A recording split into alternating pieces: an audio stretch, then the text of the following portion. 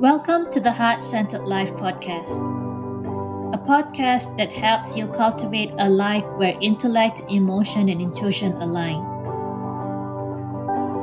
Each week, we bring you tools, resources, or guests to help you find that space where your true happiness resides and encourage you to meet the world's deep hunger from that place. Because we truly believe that when your deep happiness meets the world's deep hunger, miracles happen. I'm your host, Elena Boyd.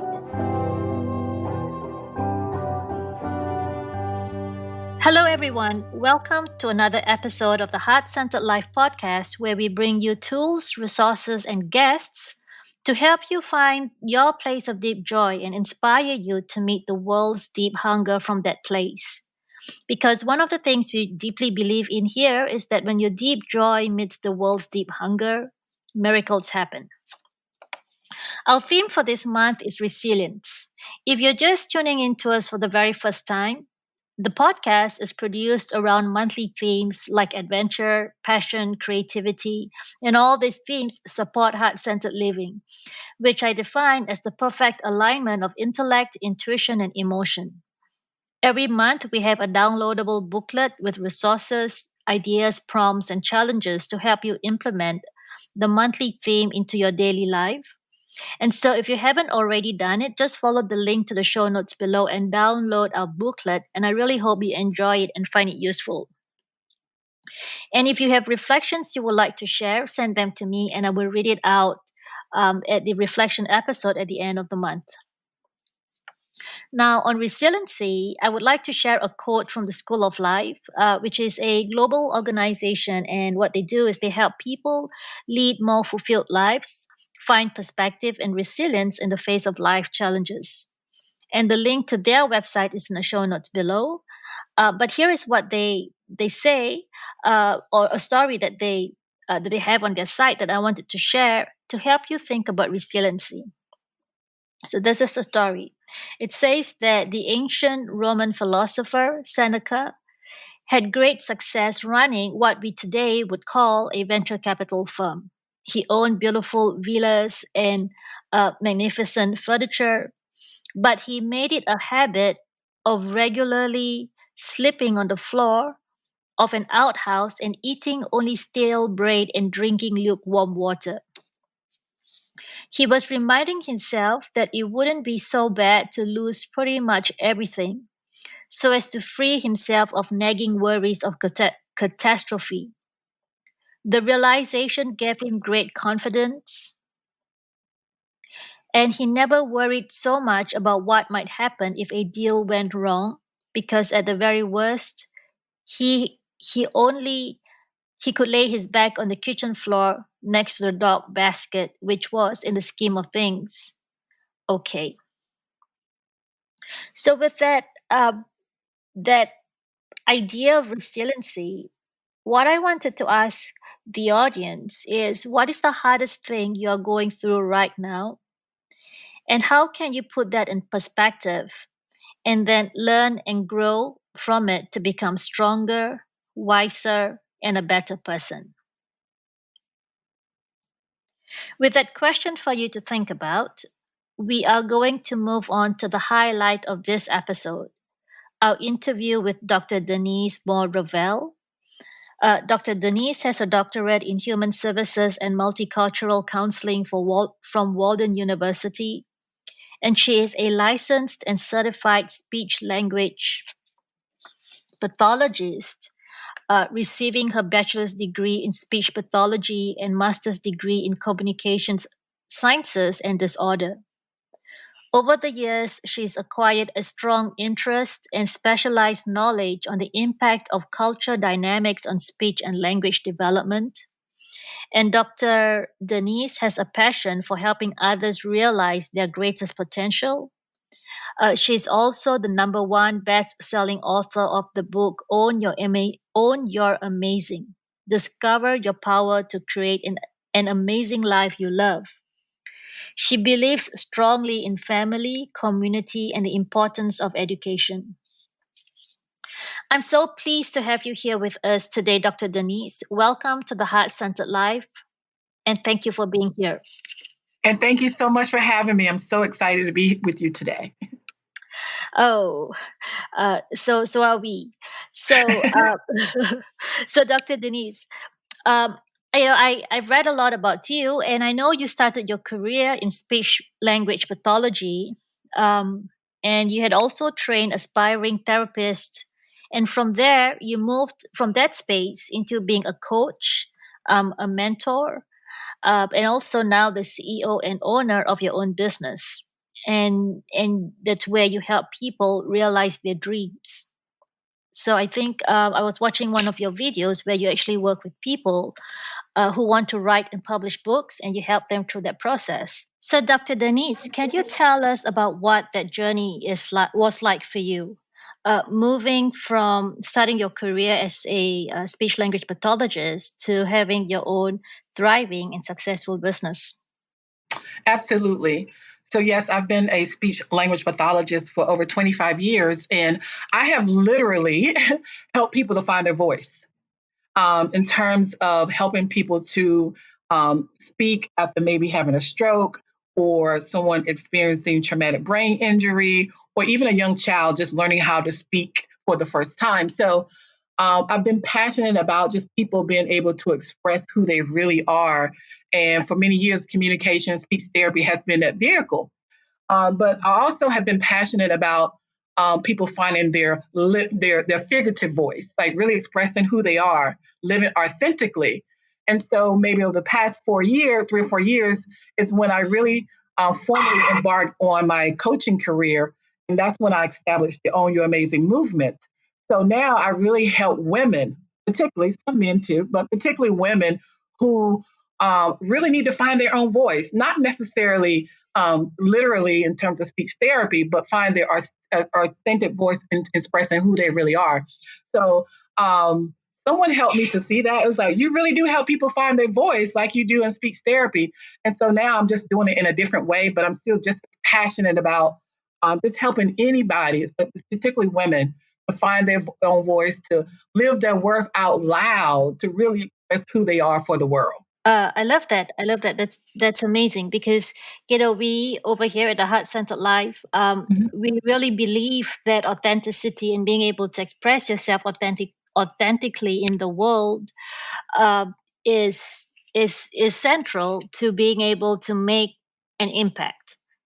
Unless and until you can live authentically, the impact that you're going to have in the world will never be significant, right? Because if you're trying to be a copy of someone else and you're not really your own self, or you're not really expressing what's authentic to you, um, uh, the impact that we hope to see in the world doesn't quite materialize the way it should.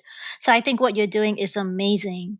Um, can you tell us about what made you specifically write that book on your amazing, and then uh, start that business to help women, as you say, and some men own their their authentic voice?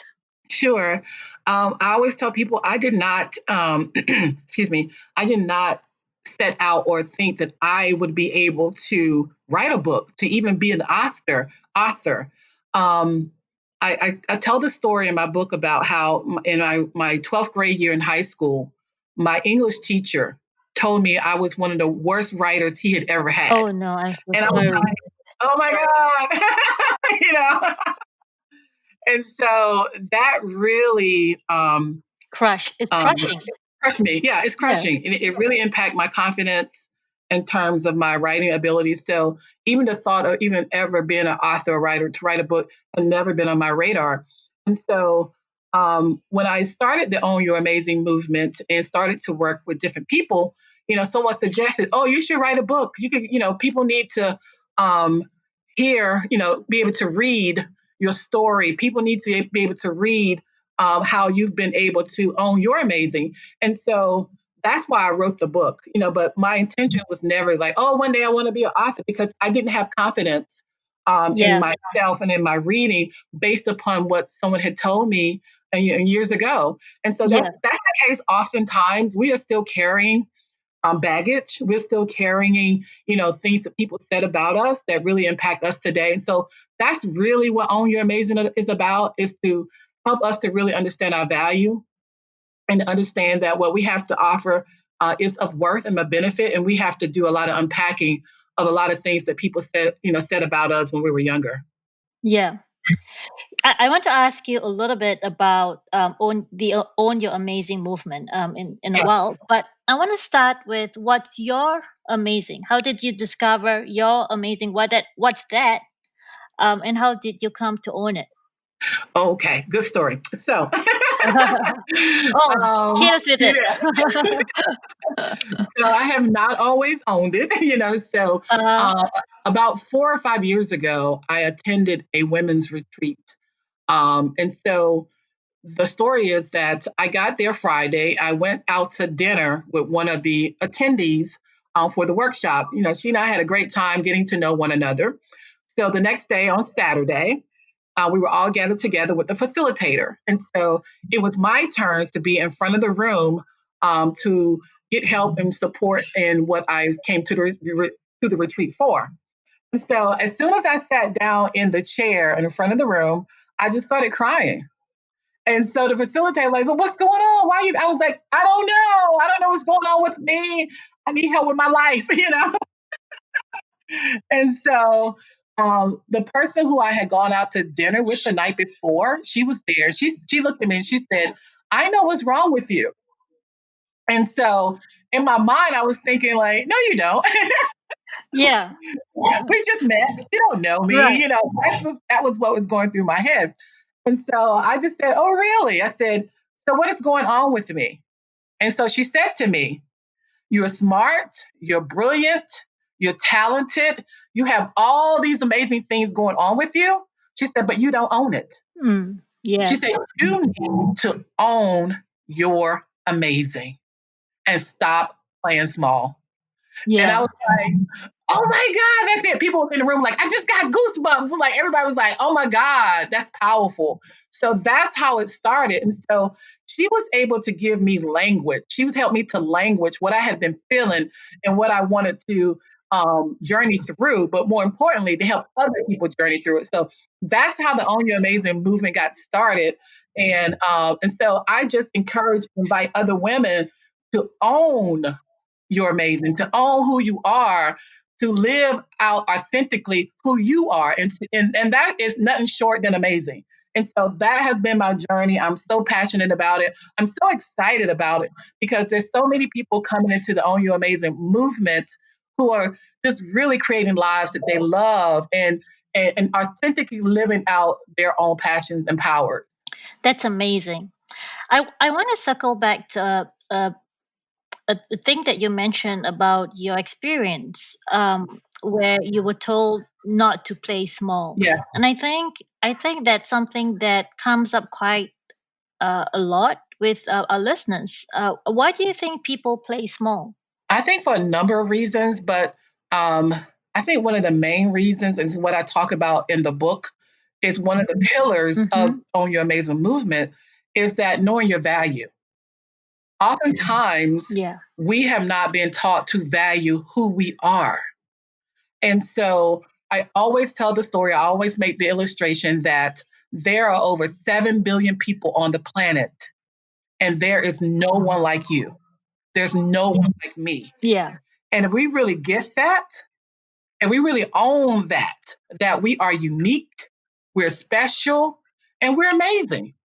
And so I think if we start there, just foundational, understanding your value, if you understand that we both are created exactly how we're supposed to be created, we're exactly how we are. So there's no need to compare yourself to other people. Why? There's no one like you, there's no one like me. And so if we really get that, we can value who we are, and then we don't have to look at our differences as things to be minimized, but things to be celebrated. Yeah. And that gives us the permission to be the best version of ourselves, right? Absolutely. Absolutely. Yeah. And circling back to the theme for this month, it also gives us resiliency, because if we, come across a setback, or, some people may consider it as a failure, in, trying to do something, uh, we don't take that too harshly, right? Because if we are unique and we are amazing in our set by ourselves, we can recover from that setback, right? We can take that setback, turn it around, and then move on Absolutely. and become better people. Absolutely. I was thinking about the whole thing about resiliency and how that relates to what I do and what I talk about in my own life. It does take a sense of resilience to persevere and to live authentically, because Absolutely. there's so many opposing voices. There's so many messages that tell us that we're not good enough, we're not smart enough, all these things. And if you're not strong enough and resilient enough to say and to resist that and say, no, that's not true. I am good enough. I am smart enough. Who I am is enough. And I think Yeah, that absolutely. has been the thing that has helped me and so many other women to say, let's own it. Let's own that you are enough. Let's own that your talents and abilities are perfect for somebody, And so Yeah, be resilient enough to go after your dreams, regardless of any setbacks. I don't look at failure anymore as failure. I look at it as feedback. It just tells me yeah, where I yeah, need to make the adjustments, but it doesn't yeah, stop me. exactly. It just says, okay, that didn't go the way you wanted. Okay, so next time you do it this way. It gives me feedback and how Yep. I can continue to move forward and create an amazing life that I love. Yeah, I love the way you conceptualize it as feedback. It gives you the opportunity to then pivot, right? If you conceptualize it as a feedback, as opposed to, oh no, I failed completely in this task. Oh, absolutely. Absolutely. And when I learned that years ago, like, oh, it's not failure, it's feedback. It's like, oh, okay, great. So when I look at a situation and, evaluate it and reflect on it, say, okay, what did I learn from, excuse me, what did I learn from it? What did I get from it? So the next time this occurs, I'm better equipped for it. I'm better for it because I got a little bit more information and knowledge about how to go about it in a different way. Yeah. Ed, just thinking about the story you told about that teacher who told you that you were not good at writing, Yes. and then you eventually wrote a best-selling book. So many of us grew up with not just teachers, but people who were supposed to be kind of like our caretakers, Yeah. who have, in one way or another, told us that we wouldn't be um, good at a particular thing. Yeah. It takes a lot of resiliency from your part, I think, to overcome that self-doubt, to then go on and do the very thing that the teacher said you couldn't do. And to me, and for our listeners listening in, that exemplifies resiliency, right? Being able to not let external forces shape who you eventually become. Exactly. That's why, again, part of the Own Your Amazing movement is like, own your amazing. You have to own it for yourself. It's not about anyone else owning it for you. I talk about I'm the self discovery specialist. It's about self discovery. Who are you for yourself? Because Right. it's so important, because oftentimes I know for me was I did look externally for validation and confirmation. And so when you do that, and when you get someone who speaks negatively about you or don't confirm you or affirm you, it really impacts you. So I had to learn Yeah. to say, whether I get external validation or confirmation, that doesn't matter. That's not as important as what do I say about me. Do I say I have what it takes to do this, right?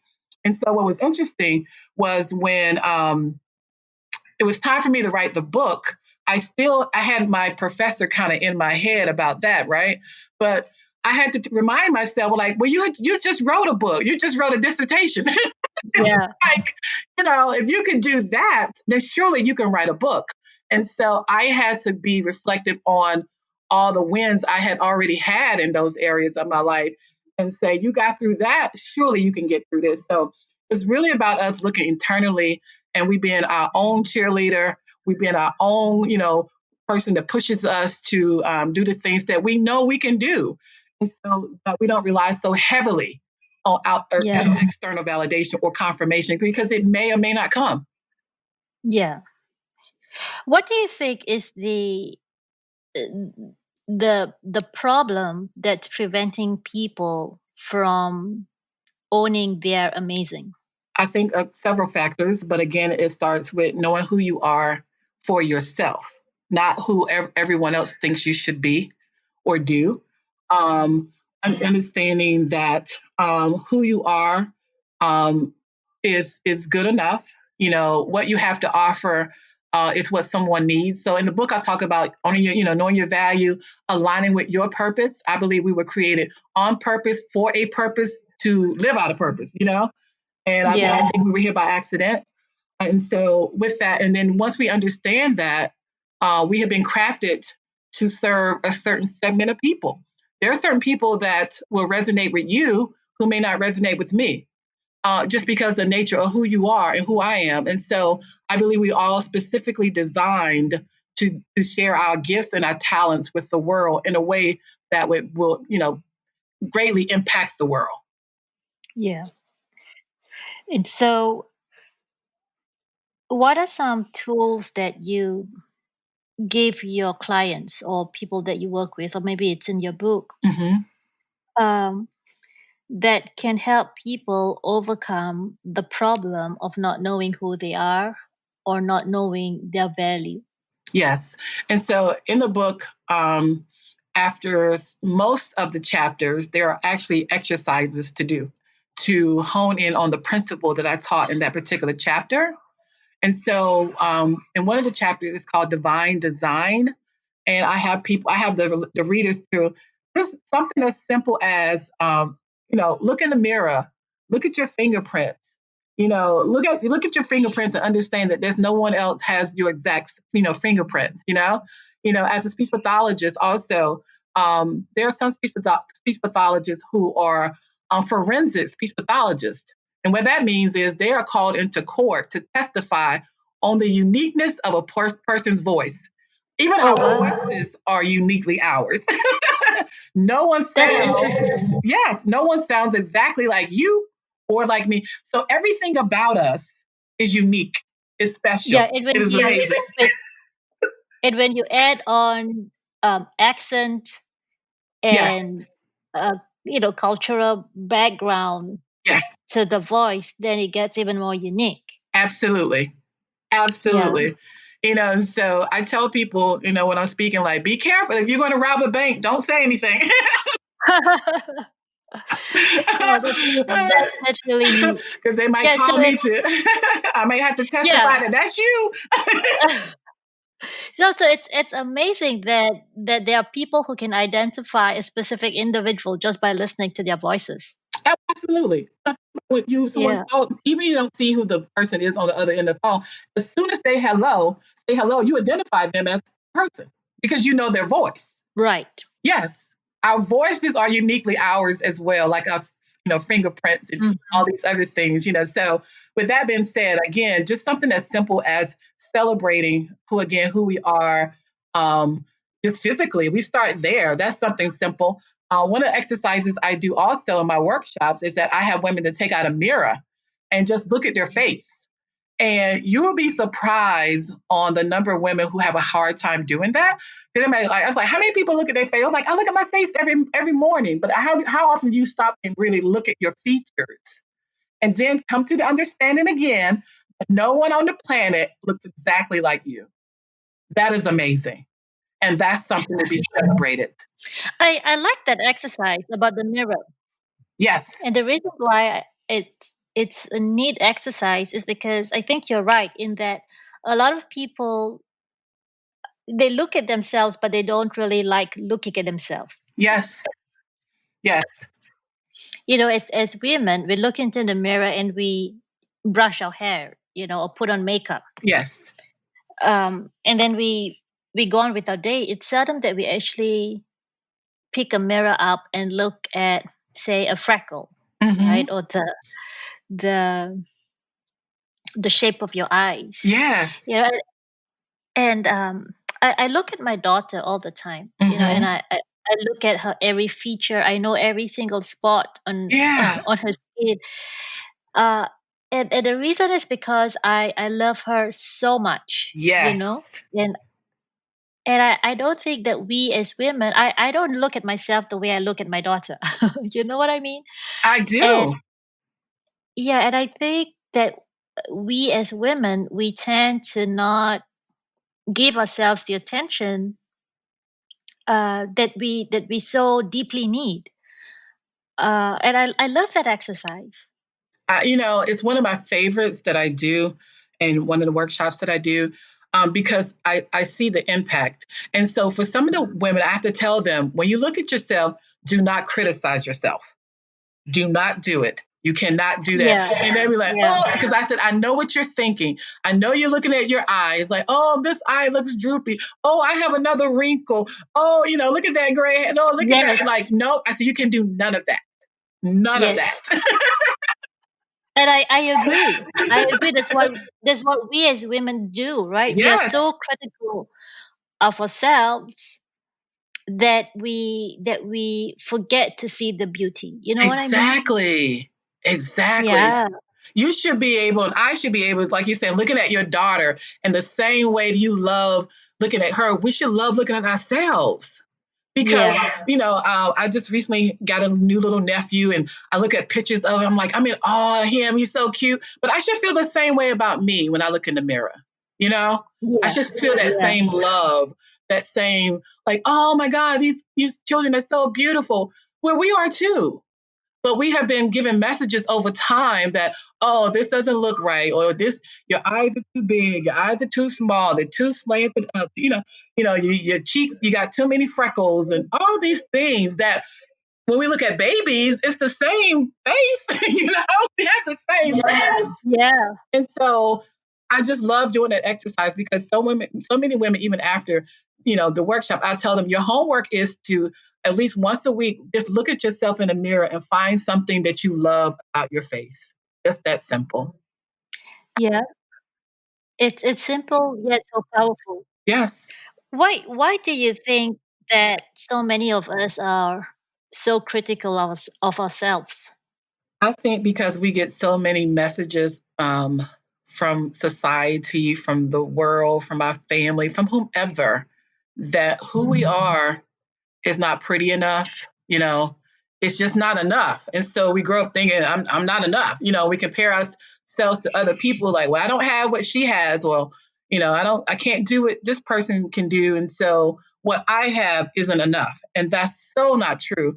And that's why we live diminished lives. We just kind of sit on the sideline. We play small because that was my issue. It was like, well, I have this, but I don't have it like that person. Or, you know, a lot of people want to start businesses and they're like, well, this person they're already doing what I want to do. It's no need for me to do it. But I always say, well, no one can do it exactly like you do it.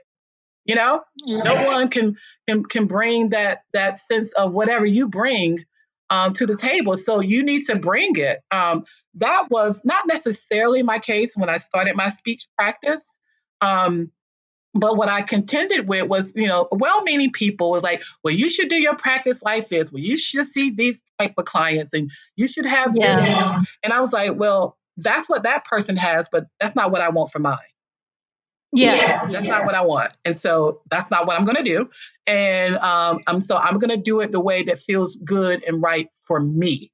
And that's what I've been able to create. What are some advice that you give your uh, book writing clients about finding their own voice? Yes, I'm so excited because one of my clients, she just published her book about 2 weeks ago now. We launched her book, number one bestseller in several Oh different wow! categories. Congratulations. Yes! Oh my God, so excited about that.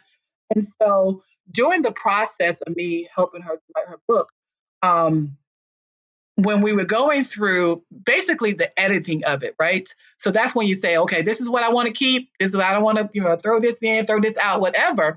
And so one of the biggest challenges for her was thinking what she should or should not include in the book. Yeah. And so I kept having to bring her back to what is it that you want to have in your book? This is your book. This is not someone else's Yeah. book.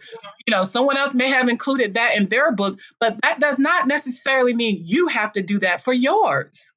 I said, let's Yeah. make it yours because this is your book. And so, again, just had to keep reiterating that for her so that she was like, well, you think I should keep this in there? You think I should? I said, what do you think? Do you want to include that? If you don't, take it out. If you do, leave it. Like I said, because at the end of the day, this is your book and it has to be something that you're proud of. And so, we got through that. She launched, she published, she's really excited about the finished product of her book. And I'm so excited for her. Do you think that the education system tends to not give us, or tends to quieten our voice? And the reason I asked that, you wrote a dissertation, Yeah. and with dissertations, the education system tells us you have to follow a structure. You have to make sure that you cite everyone before you give your own views. You have to make sure that every uh, sentence has a footnote, right?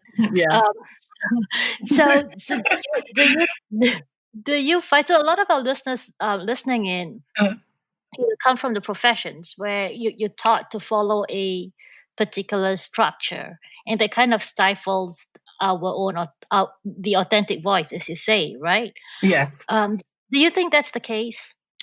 Um, when you were asking me that question, I just had flashbacks of going through my dissertation. I was like, ah, I was like, oh yeah, those days, So, I have to say I had a great committee. My chair was great. But Yeah. it did come to a point with a couple of, maybe one person, maybe two people on my committee, where they wanted me to change some different things or whatever, and I did not agree with it.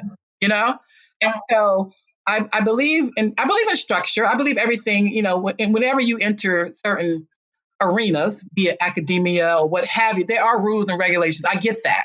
But within those, I believe that we still have an opportunity to express who we are, our thoughts, and our beliefs. So I stay within the structure. But when there are opportunities for me to say, well, I don't agree with that, I don't want to include that, or I do want to include that, I voice my opinion. And so I think that's key. Because again, with anything, there's always structure. Even in terms of writing a book, starting a business, whatever, there is structure you have to maintain. But when there's times for you to exert who you are and what's meaningful for you, I believe that's the time that we should stand in our authenticity. And oftentimes we do not. And so I remember when it came down to like my final for defending my dissertation, and one of the people on my committee, she wanted me to change something, and I'm just like, I'm not, I just disagree. And so we went back and forth about it. She said her opinion, I said mine. And at the end of the day, I was like, this is my study, and I'm not going to include that. And my chairperson supported me in a sense that she was like, you're right. This is what you included, da da da da da. So, but again, the point I'm trying to make is that I think we all need to make sure we're standing up and exercising our voice, because I wasn't willing at that point to say, well, let me just do it so I can move on and get and be done with this. But no, I still wanted something that I could be proud of and feel like it was truly coming from my own voice. I love it. Love it. So your own your amazing movement is not, it's on the wake. I mean, it's progressing, right? Yes, yes. Yeah, and it's growing. And what's your hope for the future? So your hope for yourself personally and for the world. My hope for myself is that I can continue just to be a facilitator, a conduit of helping Mhm. people to really stand in their personal power. Someone Live asked it. I me, love it. I was, interviewed a couple of weeks ago, like, do you want, own your amazing to be just in the United States or worldwide? I was like, worldwide domination. Everybody to know they're amazing. And that is the honest truth. I want the whole planet to own their amazing. I want everyone to, I believe we start out like that as children. And, we tell kids they're amazing. They feel like they can conquer the world. But as we get older, we get to hear these messages that say, no, you're not enough. No, you can't do that. No, that's not how you're supposed to be. And we just struggle with playing small. And again, no one gets to really benefit from our brilliance. So I hope from young children to the elderly that everyone just really stand in their personal power. I love that. I'm blanking out on the person who said this, but it may have been Jay Abraham, who is like a marketing guru. But he says that if you have some, and I'm paraphrasing, but the quote goes something like, "If you have something to share with the world, it's your moral obligation to do that." If you have something, like, to use your word, authentic, to bring to the world, you're under a moral obligation to share it with the world, not to hold it to yourself and not bring it out. That is so true because the gifts and talents and abilities that we have been given is not for us, it's for other people. And I like to Yeah. always use the example of my mechanic. I have a car. I am not mechanically inclined. If I push the Yeah. button and it doesn't start, I don't know what to do. Yeah. I have no idea. No, I do know what to do. I know to call my mechanic. Yeah. Because he's wonderful because he said he's been working on cars since he was like 10, 11 years old. He loved fixing cars, and I can tell him. He said, how does this sound? And he's like, okay, this is what's wrong. I mean, he knows, he's brilliant at that kind of stuff, to the point where Right. he's gone to school to work on airplanes. So that's his gift, that's his talent. But I always say, what if he never fixed anyone's car but his own? What Right. if he only fixed his car? I would not be able to benefit from his brilliance because I don't know how to fix a car, you know? And so oftentimes what we have is of value to other people, but we diminishes it. We think it's not value. And so I just encourage everyone to stand in your power and share yourself with the world because somebody needs you. You're right. We have a moral obligation to share who we are with the world because the world needs us. I love it. I love it. Um, so, how do you hope to get to world domination? One person at a time. I don't know. But just continue That's to share. awesome. Just want to continue to share the movement. Anytime I have Yeah. opportunities like this, come and share the message. I'm going to take it. Yeah. Anytime anyone wants to come into the community, you're welcome because we need everyone. Just really owning who they are, living authentically. We need to celebrate one another, not um, think that our differences are, ways to, point to negativity. That's not what it's about. Everybody's unique, everybody's different. So let's celebrate that. You have things to offer me, I have things to offer you. And if we bring that together, everyone is better for it. Everyone is better for it. I love it. One person at a time, I guess. I think I can get kind of guess your answer, uh, but do you have any specific advice that you would want to leave our listeners with? And I know you've given a lot of advice throughout this whole conversation, but how would you wrap things up for our audience as a takeaway? I guess my last piece of advice to the audience would be to really take the time and to be reflective on who you are. Excuse me. One of my favorite quotes is that the most important relationship you will ever have is the one that you have with yourself. I love it. That's it. Because out of that comes to how you relate to other people, how you see yourself in the world, how you relate in the world. It all hinges on how you see yourself. Who are you for you? That's what's most important. I love it. Well, Denise, that was awesome, and I think that's right. The minute we lose sight of who we are, and it really boils down to knowing what our values are. Where our moral compass points toward. Who what matters to us, and once we are crystal clear on that, bringing the conversation back to the theme of resiliency, then it doesn't really matter what the world thinks about us, right? It doesn't matter if you have a teacher that says, well, you cannot write. It doesn't matter You're because right. you know exactly what you're capable of. You know exactly what your value is. And if you have a teacher say that, you go, well, too bad, that you think that way. But Right. Yes. yes, I I love your message. Thank you. How is how would our listener get in touch with you? And more importantly, I think, how would our listener be a part of the Own Your Amazing movement? Absolutely. I always tell people to start with the website, and the website is ownyouramazingnnow.com. Again, ownyouramazingnnow.com. And on there, there's information about the book, upcoming events, and things like that. That's the first place you can start. But I invite the listeners to also follow me on social media, particularly at Facebook. And you can find me you can find me at Dr. Denise, Own Your Amazing.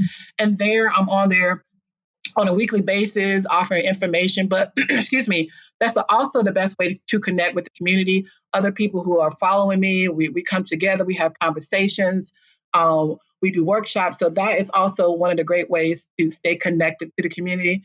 And also Instagram, I'm at Dr. Denise Moore on Instagram. But start with the website, again, ownyouramazingnnow.com. Follow me on Facebook at Dr. Denise, Own Your Amazing. And that's really the best ways to stay connected to the community. I love it. And of course, all the links will be in the show notes below, but I always want to give guests the opportunity to invite the listeners to connect directly with them. But all the links that you mentioned just now are going to be in the show notes. Awesome. I do want to mention one last thing about the book. The book is, definitely available on Amazon, but also the listeners can get a copy from me if they go to the website, and they can read a free excerpt from the book. Sometimes you like to try before you buy. Yeah, So that's awesome. they can read an excerpt from the book. But more importantly, there's a link to buy the book directly from me. And what I love about that is that I will send them an autographed copy of the book. And Oh, so I love many, it. yeah, so many people do that. And so, I'll write a special message just for that person for their book. So if you want an autographed copy for the book, you have to go through the website. But if you just want to get your copy from Amazon, that's fine too. Oh, that's great. And the Amazon link to the book is going to be in the show notes as well. Okay, great. Well, thank you, Denise. It was really such a pleasure to have you here with us, and we definitely learned so much from you. I sincerely wish you the very best with the movement that you're creating and growing, the Own Your Amazing movement. And I sincerely wish you well. And thank you so much for having me on your show today. I so appreciate it. Thank you so much. Thank you for joining us this week on the Heart Centered Life podcast. Make sure to visit our website, www.elinaboyd.com, where you can subscribe to the show in iTunes, Stitcher, or via RSS, so you'll never miss a show.